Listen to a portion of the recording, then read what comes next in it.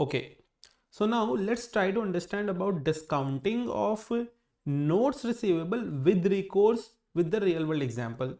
So let's take the example of Dell Incorporation, wherein the Dell holds a notes receivable of $200,000 during 3 months. Basically, Dell will be receiving this $200,000 in 3 months. Now, Dell goes and discounts the note with recourse to a bank at 5% discount rate. We will understand this in the session. Now bank advances 197,500 to Dell, holding 2,500 as a discount. Bank is keeping this as a discount. If the customer fails to pay at maturity, which means that the customer who will be paying this note receivable, he fails to pay at maturity, to whom? To the seller, which is Dell. Dell is contingent liable to the bank for the unpaid amount. So whatever is the bad debt happening, who will ultimately bond that? The Dell company will ultimately bond that bad debt, and we call that as with recourse, meaning with bad debt. And with bad debt, basically the bad debt will be borne by whom? The Dell company. Now let's see the numbers here again, that the face value of note was $200,000 in our question here, and after that discount was 5%, which was around 2,500, and basically this 5% was for 3 months, so we calculated it for 3 months and then made it for $2,500, and at the end we received the cash of 197,500. And but if you see, the contingent liability is still $200,000. Why the $200,000? Because Dell remains liable if the customer defaults.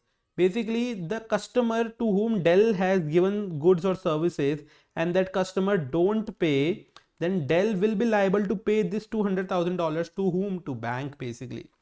So what will happen on the accounting treatment or on the balance sheet? The note is either reported as a discounted note with a contra account note receivable discount, or removed from the books with the contingent liability disclosed in the notes.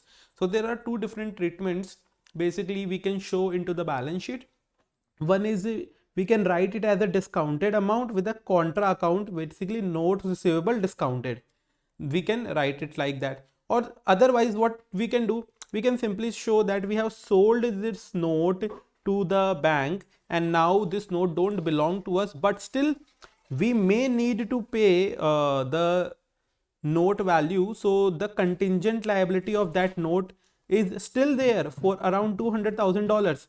So we need to write that as a contingent liability in our books of accounts. So this is about the example of notes receivable with recourse. Now let's see the textbook concept of notes receivable with recourse, wherein they say that when a note is discounted with recourse, the holder is contingent liable for payment if the note defaults.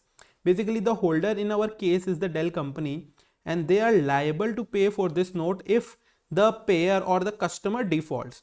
Now, in such case, the notes are either reported on balance sheet with contra account note receivable discount. In balance sheet we can write it like note receivable discounted as an entry, or we can remove it from the balance sheet and show it as a contingent liability, because we know that we need to pay $200,000, or we may or may not pay based upon customer paying the final amount. So that is another way to disclose within the balance sheet.